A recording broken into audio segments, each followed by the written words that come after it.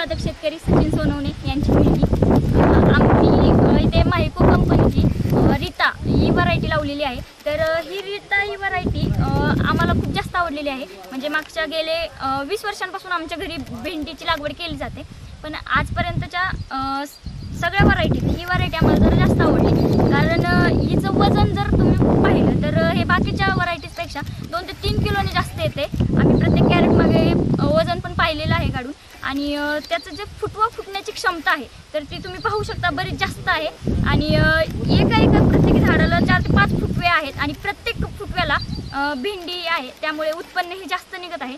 त्याचा जर रंग पाहायचा झाला तर गर्द हिरवा रंग आहे आणि त्याचसोबत ती एकदम ताजी असल्यासारखी, आणि त्याच्यावर एक चमक आहे। ती चकाकीमुळे भेंडी बाजारात पण चांगल्या दराने विकली जाते।